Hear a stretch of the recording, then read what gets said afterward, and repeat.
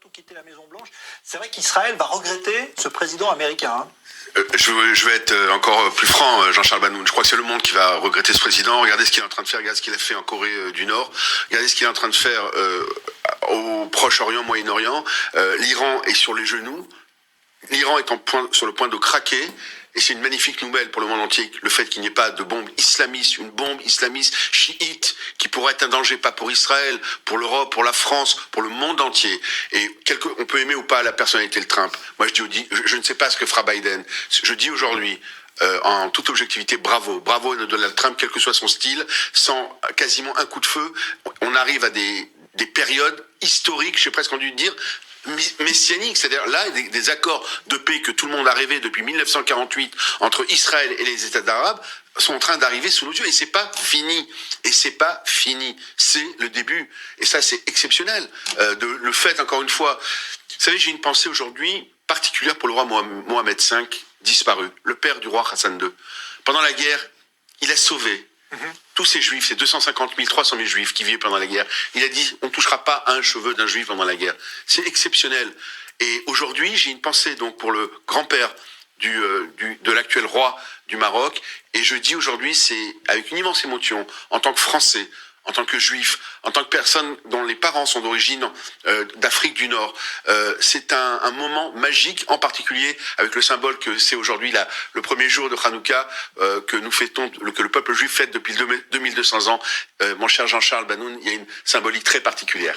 Alors effectivement, on est loin encore de voir l'Algérie et la Tunisie suivre le même chemin, mais c'est vrai que le Maroc a toujours eu une place à part dans ses relations, notamment avec les communautés juives.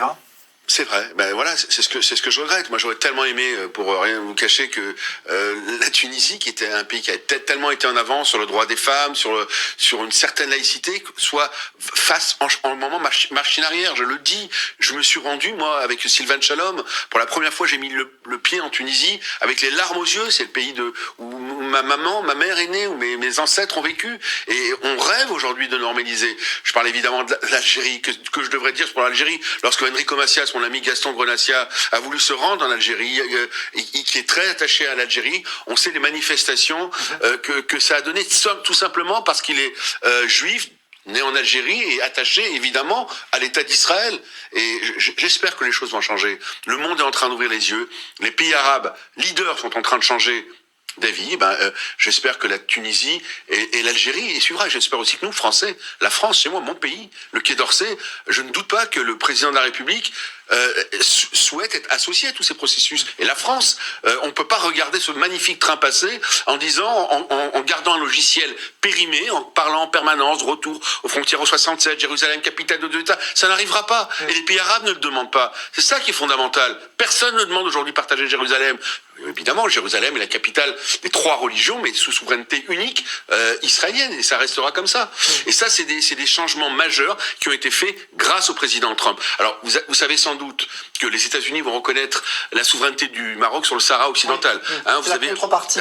Mais il y a des contreparties, mais c'est ça, c'est de la géopolitique. C'est de la géopolitique. Aujourd'hui, le président Trump a pris ses responsabilités, le Maroc a pris ses responsabilités, et Netanyahou est un magnifique chef d'orchestre, ou en tout cas membre de cette magnifique orchestre, on va dire comme ça.